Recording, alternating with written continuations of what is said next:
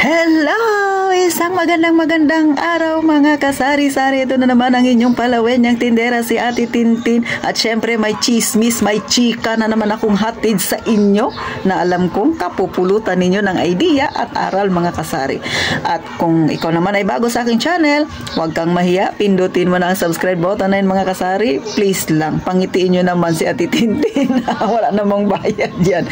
At kung hindi ka busy, pakishare na rin mga kasari. At syempre pa, kung talaga namang relate ka dahil na-experience mo ito, pinagdadaanan mo ito hanggang ngayon, huwag kang mahiya, i-like mo ang aking video, lalo na kung may idea kang napulot mga kasari. At eto na, umpisa na natin ang real talk at masaya nating chismis.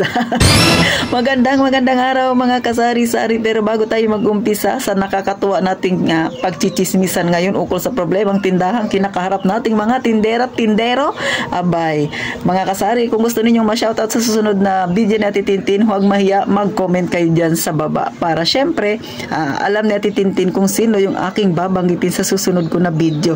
At ilagay nyo na rin kung taga saan kayo, taga saang lugar, pulo kayo ng Pilipinas mga kasari. Alam nyo mga kasari, isa ka ba sa mga may tindahan na namumroblema rin? Bakit? Yung kapitbahay mo ang baba ng presyuhan, may tinutubo pa ba kaya sila Ate Tintin? Sinasama kaya nila yung mga pamasahe nila na yan? Parang ang tubo nila 50 centavos hanggang piso lang. What? Aangat pa ba ang tindahan natin pagkaganyan? Oh, no! Yan ang hinaing ng mga tindero-tindera, lalo na pag may permit sila.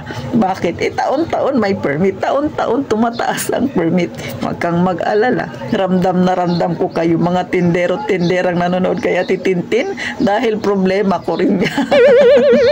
Mataas na nga yung bayarin sa City Hall. Yung kakompetensya mo na wala pang permit, abay spaghetti pababa ang kanyang presyohan. So ano bang dapat natin gawin sa mga ganyang kakompetensya? Isumbong sa City Hall, magwilga tayo. Char lang mga kasari. So pinapatawa lang kayo natitintin, pero sa totoo lang, realidad yan. Sakit talaga sa bangs yan mga kasari, ang ganyang kakompetensya. O diba? Tapos dagdag pa itong mga customer nating mga palautang na ito, mangungutang sa'yo, sa kabila bibili, katwira nila doon sa kabila mura, sa'yo daw medyo mahal, pero pag walang pera nangungutang sa'yo, diba? Kaya nakaka-stress din talaga yung buhay tindahan mga kasari. Kaya sa mga kagaya ko, tindero-tindera, abay, pakatatag lang tayo mga kasari, no? Talaga naman lahat yan ay mga kagaya nating mga may negosyong ganito ay pinagdadaanan niyang ganitong problema. So, para sa akin mga kasari, no, ang ginagawa ni Tintin, dahil gaya ng sa inyo na nararanasan ninyo, nararanasan ko rin yan, wala akong pakialam sa kanila. Basta focus ako sa aking tindahan. Number one, syempre, dapat ayusin natin yung pagpapricing natin. I-check natin na yung pagpapricing natin mga kasari ay hindi rin sobrang mahal. O, bakit?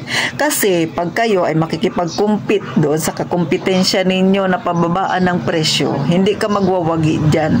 O, bakit? Pataas ng pataas ang bilihin, ikaw pababa ka ng pababa. Bakit? Yung mga grocery store ba na binibilihan nyo, nagpapababa sila? Di ba? Hindi. Minsan nga, sentimo lang yung ibinababa nung iba mga kasari, no? Kaya tayo mga may tindahan, mas nakakapagod tayo, lalo na kung iyo lahat, from opening to closing, ikaw namimili, ikaw display, ikaw benta, ikaw lahat dyan. Tapos makikipag sabayan ka sa pagpapababa ng presyo, ay wag mong gawin yan. Wag ka na lang magtinda kung ganyan na magiging mindset mo mga kasari. Kasi normal lang yan na may competition between sa mga nagtitindahan. Pero wag naman yung sobrang baba na wala ka nang tubuin, kasi meron tayong mga obligasyon na binabayaran taon-taon doon sa City Hall. O, kaya kung magpababa ka ng yung presyo, sino ba ang talo? Di ba ikaw rin mga kasari? So ang panalo dyan, yung customer mo. Lalo na yung mga palautang na hindi marunong magbayad. Yan ang panalo dyan. Kaya number one na gawin mo, i-check mo yung price mo. Yung price mo ba ay sakto lang? Hindi rin malugi si customer? Hindi ba sobrang mahal mga kasari? Bakit? Kasi kung magpo-focus ka doon sa kakompetensya mo, yung baba kasi Tintin, pag magtagal yan, marirealize din yan nila na lugi sila. O, bakit? Ay syempre, ang isipin mo, mamimili ka, pamasahe pa lang, yung pagod mo, hindi mo pa mababayaran doon mga kasari, no? Kaya, mag-stick ka doon sa pricing mo na alam mong tama. Ay, huwag mong pansinin ang mga, kung ano-anong mga naririnig mo dyan. Sabi nga ni Ma'am Jebel, Miguel ay wala siyang pakialam kahit kung ano-ano pang magsulputan dyan. Basta ikaw masaya ka sa ginagawa mo, gawin mong masaya rin ang pagtitindahan. At mag-isip pa ng mga bagay na pwede mong idagdag sa iyong tindahan, mga kasari. Hindi pwede na katulad nitong sari-sari store natin, di ba? Madalas yan, mga dilata, kape, mga noodles yan na tinitinda natin. So, common na yan. Mag-isip ka, ano pa ba yung pwede mong idagdag? Magaling ka bang magluto ng merienda? Try mo, mga kasari. Baka mamaya mas marami ka, mas malaki pala ang kita, o di ba? Kasi nakakilala ko doon sa unahan, mga kasari. Dati ang tinda niya ay uling lang. Siyempre, habang tumatagal, marami na rin nagtitinda ng uling. So, nagsari-sari store siya, ganito. Siyempre, habang tumatagal din, dadami rin yung kakompetensya niya. Ngayon, ang ginawa niya, may sari-sari store siya, nagtinda siya ng manok, ng karning baboy, may mga gulay siya. Mas nag-boom siya doon. Kaya ang nangyari, kunti na lang yung mga tinitinda niya ng mga ganito, mga dilata, mga kape-kape, kunti na lang.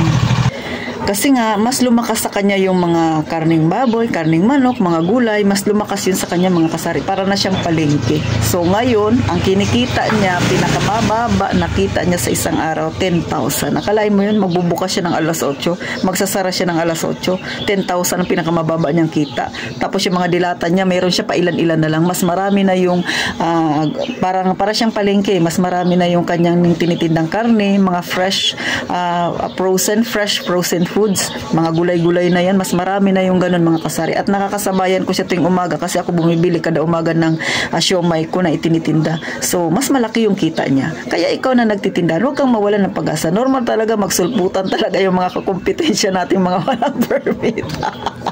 Pero mag-isip ng paraan kung ano pa yung pwede mong itinda sa iyong tindahan, mga kasari. Bigas at kung ano-ano pa, no, na pwedeng makatulong para mas dumami yung ating customer. At gaya ng sabi ko, siyempre bantayan mo yung pricing mo. Yan ang may papayo ni Ate Tintin sa kagaya mo, kagaya ko na nangungonsumisyon sa kakompetensya nating pababa ng presyo.